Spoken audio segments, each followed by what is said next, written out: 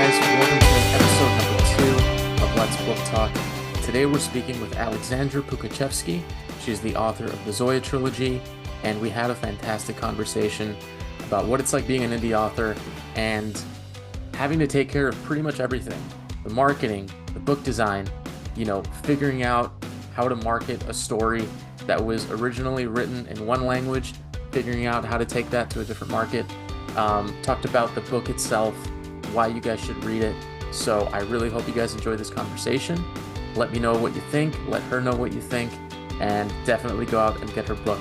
So without further ado, here's my conversation with Alexandra Pugachevsky. Enjoy.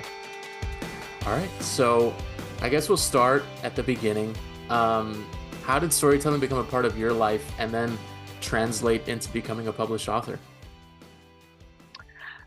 So according to my parents, or to my mom, she found some kind of I actually have this, it's like on a little piece of paper, and I don't know how this thing survived, but when I was 5, electricity went out. We lived in Moscow, and, I wrote a story about it. Mm. And, the story exists, and I actually illustrated it as well. So I guess it's been a part of my life since, I was 4 or 5 years old. And then, with the move to the US, I wanted to become a journalist at some point. And I think I've kind of blocked that experience, but I did write in college, I wrote for the entertainment magazine that we had. So then I applied for some jobs in journalism, and thank God I did not. It didn't work out. At the time I was a bit upset, but anyway, so then I went to grad school, and then I didn't really write that much. And at some point, I think a friend of mine, we had like I traveled a lot for work, and a lot of stories, and so a friend of mine was like, oh, why don't you just write a story about it? And I was like, sure. And so then I did, and it took me like 30 minutes. So then I was like, oh, well, maybe I should be writing a bit more. And this was, maybe 9, 10 years ago that this happened. And at the same time, my older son was born, and I moved to another area, and I found this group of women who wrote. So it's actually a mom's group that, and we would meet once a month, and we discuss our writing. And I think that's when I started writing more. So, or at least I was more organized with it. So I started submitting my writing to the group for discussion. I critiqued writing that this group was doing. So it was a really nice, time. And then COVID happened. And then, COVID happened. And by then I had 2 novels that I wrote in English that I absolutely hated. I mean, like I never felt that these were, really good pieces, that they were long. There was, definitely, but they weren't written in a way that I thought that other than a select group of, my friends and my relatives, anybody would be interested in reading these things. And then during COVID, I talked to a friend, and she's like, well, why don't you try writing in Russian? And, I lived in the US since I was 13 years old. So this is like 30 years of not living and not functioning in Russian. Right. But I did. And I tried it, and it really worked out really well. So I wrote Zoya originally in Russian. And then I published it in Russian, all 3 parts. And I'm trying to market this book in Russian, and I think this answer is much longer than what you. No, you're fine. Yeah, and so it was the most surreal experience, because I publish it, and I'm trying to market it, but I don't travel to Russia. I live in the US, and I'm trying to do it at a distance, and this thing, it's impossible, right? And then, but I don't give up, and then 6 months later, again, I talked to a friend, and she's like, why don't you just get it translated into English? And I'm like, oh, like a light bulb went on, because it never occurred to me that I could actually be, one of these indie authors, or like tap into the US market. I'm like, I wrote it in Russian, so it exists in Russia, not Right. in the US. So then I started looking into translations, and I wrote to a few people who were professional translators, and I got these quotes, and then I asked for samples, and then I was like, I can do it better myself because I wrote the thing and I speak English, for Hmm. God's sake. Like, there's no reason why I shouldn't do it myself. Right. So I ended up translating it myself, but then it's not really, it's not an exact translation, right? It's Hmm. more like, it's like rewritten in English. After I rewrote all three books in English, I got them professionally edited, and the editor had a lot of suggestions. So the English book is quite different. There's certain things different from Hmm. the Russian book, just for the U.S. market mostly. That's really So interesting. that's the answer. Yeah, no, no, that's really interesting because that's really never occurred to me that, you know, especially as an indie author, you have to use so much of like your own resources, not only with translating an Mhm. entire book in a different language, but then trying to, break down that barrier of, okay, this book exists in its native language in another country. How am I going to bring it here and be as Mhm. effective? And I was going to save this question for later in the conversation, but, I'm sure it's something that other indie authors might be struggling with, not necessarily the exact issue that you had, but if you had some advice to those aspiring authors that might be, facing challenges, what advice would you give to them to just keep going? Oh, it's hard. It's really Mm, hard. yeah. But find a support network. And there's some really good groups on Facebook, but there are also people that are out there to just get your money. Hmm. So it's kind of a, somebody made this joke or observation that as soon as you write a book, everybody is just gonna come after you, and they think that you're gonna spend money on just about anything. Right. And it could be, yeah. So be careful with that, but also believe that you have a story to tell. And I think that right now the market is as good as it could ever be for indie authors. People are reading a lot. Even the movement like Book Talk, it's amazing. I mean, Hmm. I know it's a bit ridiculous, and people are like, it's not a competition. I don't have to read 500 books a year. I don't know how people do it, Hmm. but thank God that they do. Yeah. And, Right. there's a demand for stories. And, but it can be really disheartening, right? It can be Hmm. disheartening because as authors, the time is great, but you have to be, when we are creating, it's one part of the brain, but then you have to market it, and you have to be this business person and project manager. And that's another part of the brain. And I know some authors who've been very successful indie authors, they split their day and they're like, I write and then I do marketing. And they Hmm. dedicate time each day to do that, Yeah. And just so myself, that they don't get overwhelmed. right, right. And that's a really great point you bring up with marketing because I'm in public relations myself and I've worked with, many different clients, whether it be a product launch, whether it be, you know, they want to be a thought leader on a particular topic. It takes so much time, and I don't think a lot of people realize that. And especially being an author, an indie author, it's all on you. You have Yeah, to do everything. Um, yeah. and it can be very daunting, but I think that's where what you said of having that support network really comes into play. And just the drive to keep on going, even if it feels like, you're not making any Mhm. progress. Um, Now, I wanted to pivot to the book. Mhm. Can you talk a bit about the story, the writing process, and Mhm. kind of how that entire narrative came together? Yes, definitely. And so well, the two books that I mentioned, the novels that are, I don't know if I'll ever get around to publishing them.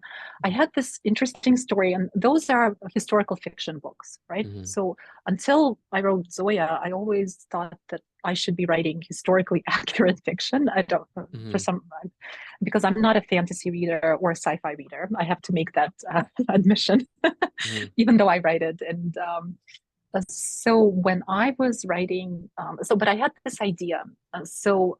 I traveled to Paris. I happened to have, a family vacation in Paris, and my cousin who lives in Russia, he was there, and we rented this apartment. We all like it was this apartment um, on Boulevard Beaumarchais, where a lot of the events of Zoé take place. And it was Hmm. in this very interesting building that was constructed in the late 1800s, a lot of character. high ceilings, beautiful view from the kitchen. So a beautiful place. And then a few years later, we were in Moscow, also a family vacation. And of course, my cousin was there to see us because he lives in Moscow. Hmm. So, and the building was almost the same. And so my cousin was like, "How did you do this? How did you actually?" And both were like Airbnb rentals. And he's like, "How in the world did you rent this place in Moscow? And it's like almost the same as the Paris place." And so like a light bulb went on. I was like, "Oh my gosh, like teleportation, or like these buildings are connected. What if you Hmm. woke up in one and then you didn't know where you were? It could be like teleporting to the other." So then that was the story. And I also really liked the part of Moscow that I wrote about in the book. Hmm. So then the big challenge for me was the character, right? So like I wanted her to be based on my life story, but not, the same.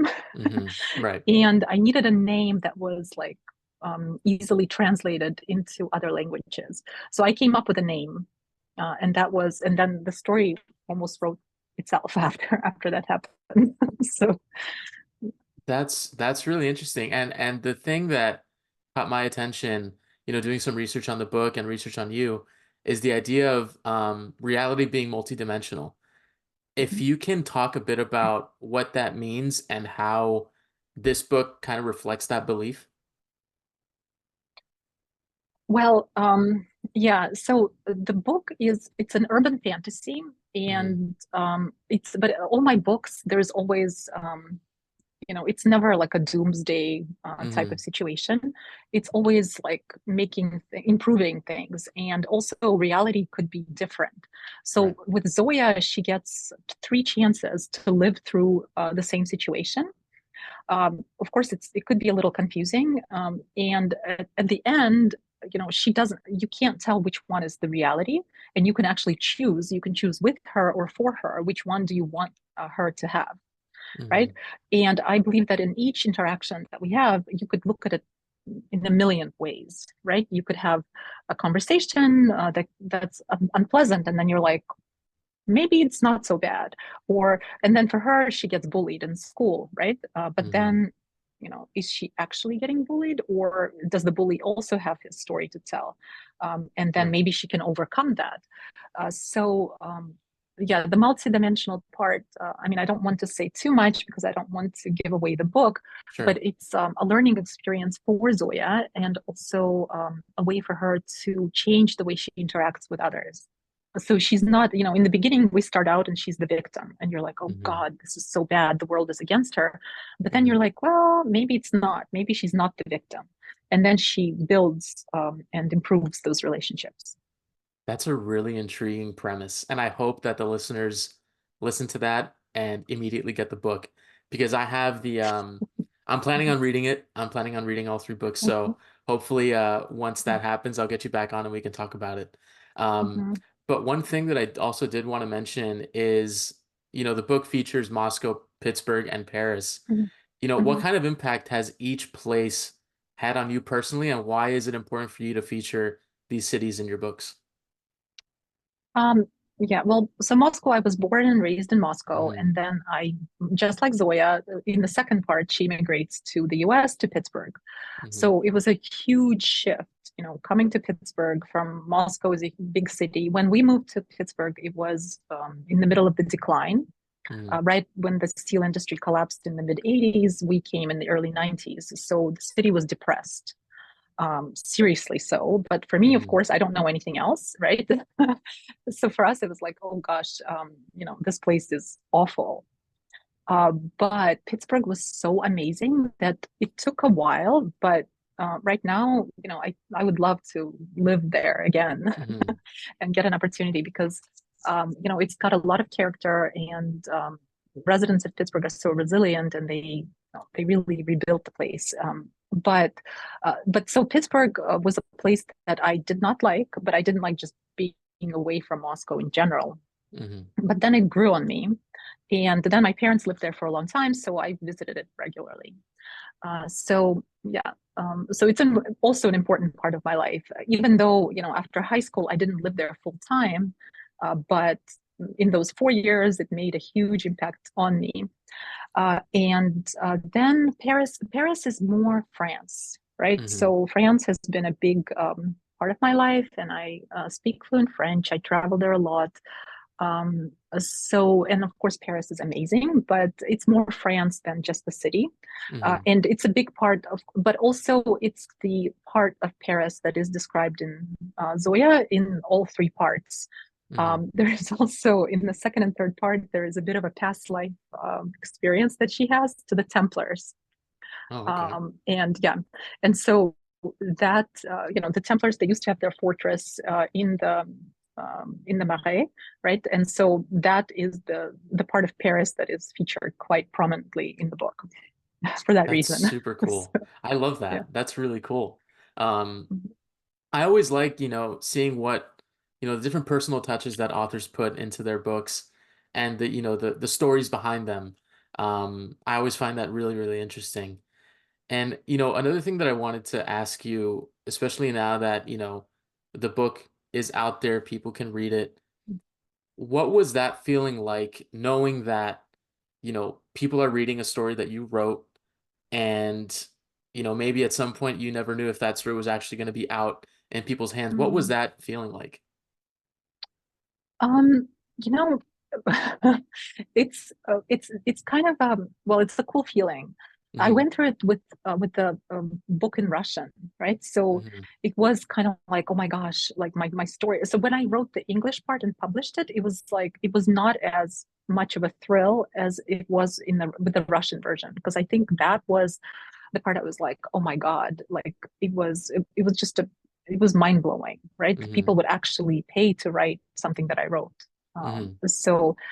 But also with Zoya, I went through a whole rebranding, and the first version in Russian had some covers that weren't very nice, or they were very childish looking. So then Hmm. I went through, I had to find another a bit more on the challenges of an indie author. I found another designer, and then we rebranded the whole series in Russian and English. So, and it has illustrations. It's not something that I will repeat with new books. It's just because it's with my new books that I'm writing now, I will Hmm. not get them illustrated, but Zoya is illustrated, and yeah, so there's some nice illustrations as well that reflect really well the content of the book. So here's illustration. I don't know if you can, oh, you can't really see. Hold on. Oh, there it Paris. Yeah. is. Yeah. Okay. Okay. Well, anyway, No, no, no, it's that's blocking great. it I out. mean, Yeah. Mhm. what was that always something you wanted to do was have illustrations in the book, or did that kind of Mm. materialize as you were writing the story? Um, it was, it was a strange experience with the first failed cover and illustrations. The first part had them. Hmm. And for some reason, I always assumed that it would have illustrations. And so then when we were redoing everything, it seemed like it wasn't just enough to do the cover, to do Hmm. new covers. It was like everything had to be redone. Right. But then with a layout, it's just so much more difficult to do layout, and something that I do myself, or if not, I have to pay someone, and it's expensive. So I will not be doing more illustrations. Yeah. So, yeah. So, That's super understandable.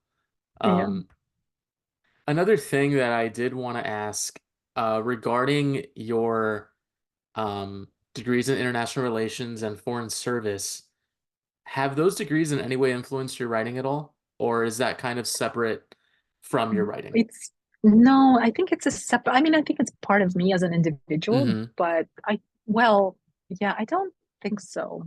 I mean, I mean, we are cumulatively, a combination of everything that we go Right. through in life, but it's like a separate life, I would say. Okay. So, Okay. Because I was reading your mhm, your bio and I was like, oh, that's mhm, really interesting. I wonder if there's mhm. any correlation at all. Um, Okay.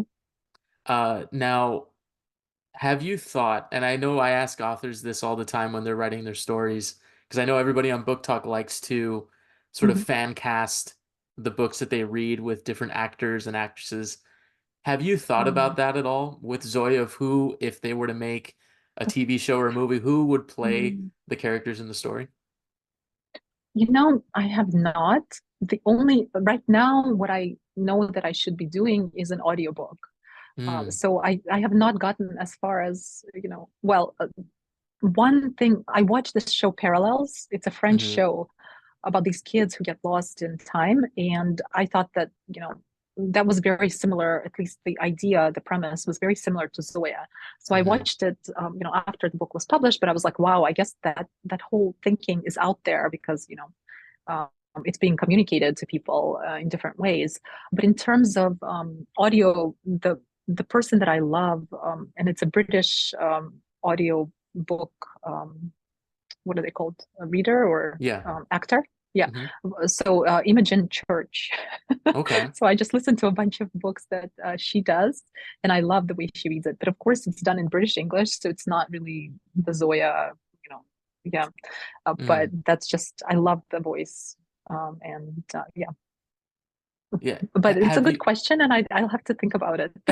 So, Yeah, because some people always mhm, think, as they're writing, maybe they have a certain person in mind as they're, kind of developing the character mhm, and whatnot. So it's always something I like to ask mhm. in case anyone's ever thought about it.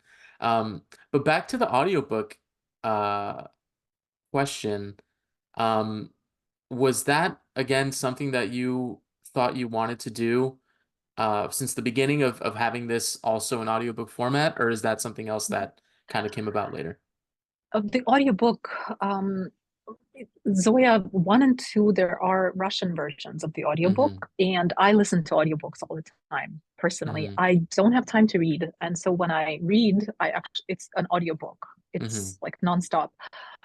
And yeah, so for me, I know that there's a huge market. I know there are a lot of people like me who also don't have time to just sit and read, because the time for me that I would be spending reading, I have to write, right? Mm. So yeah, um, so I definitely want to do an audiobook, but I'd like the book to be a bit more popular, and Mm-hmm. so that I actually have a budget to Yeah. allocate to the audiobook. Right, Yeah, right. yeah. Um, Mhm, so to kind of get to that goal, if there was somebody who was, maybe came across Zoya either on Amazon or anywhere that you could find the book, um, and they were trying to decide whether or not to read it, what would you say to them to pick up the book and read it and give it a chance? Well, it's one of these books that can change your life. I think it really opens up another dimension, right? You asked about multidimensional Mm, aspects, and it's entertainment, but it's not just entertainment. So it opens up a new way of thinking, and it really gives you possibilities, and it's on the verge of reality. So when you read it, you're like, this could actually happen. mm, Somebody asked me, because Zoya travels, time travels, and somebody's like, is that based on your life? I was like, well, I never teleported to Paris, but I guess when people read it, they're like, well, how? Maybe it could happen, and mm. maybe it can. Maybe in a couple of years, when we are, using more than 10% of our brains, maybe we can actually live this reality. And I So, will point to your book as the blueprint for getting that to happen. Um, yes. and Mhm. another thing that I did want to ask before we wrap up here is if there were any books that served as an inspiration for writing this story, or if any authors you had in mind were also inspirations for the writing style or anything like that. Mhm. So for me, so like I mentioned, I don't read a lot of sci-fi or Mm-hmm. fantasy. But there are three authors that I think are, for me, like anything they've written is gold, right? So that's Mm-hmm. Pushkin, and he's a famous Russian author. He's very difficult to translate, but as far as the Russian language, and he's one of the geniuses of the Russian literature. So Pushkin is one. The second Russian author I absolutely love is Dostoevsky. Mm-hmm. And I just think that what I really value in him is the fact that all his works are trying to improve the human condition, right? So everything Mm-hmm. he writes, it's the reason. The reason for his writing and what he was trying to do is to help us be better individuals, right? To Mm-hmm. improve and the world and people. Right. So I love Dostoevsky. And the third is sci-fi. I mentioned that, I don't read a lot of it, but it's Ray Bradbury. Okay. Yeah, so I really love him, and I love the Martian Chronicles. I mean, that's my favorite out of his books. Awesome. So yeah. Awesome. Well, thank you, Alexandra, so much for speaking with me today. I really appreciate it. I hope that people do go out and get your book. They read it, they review it, and I can't wait to see what else you write, and I can't wait to dive into that story. But before I let you go, if you could tell people online how they can support you, where they can find you online, and where they can find the Zoya trilogy. It's on Amazon, and really, if you just go on Amazon and you type in Zoya, you should, and see the beautiful blue cover, and then the green and the red is the parts 2 and 3. So yeah, and if you read it and like it, please submit a review. Those are very important. So yeah, I would really appreciate it. So reviews on Amazon. You can also subscribe to my newsletter. So if you go on my website, and I know I have a really long name, but it's alexandrapugachevsky.com. There is a newsletter submit button, and you, in return, you get a free story. Awesome. For signing up to my newsletter. Perfect. All right, guys, you guys know what to do. Make sure to help Alexandra out any way you can. Read the story and leave a fantastic review. And yeah, we will talk to you guys next time. Thank you so much for listening. Thank you.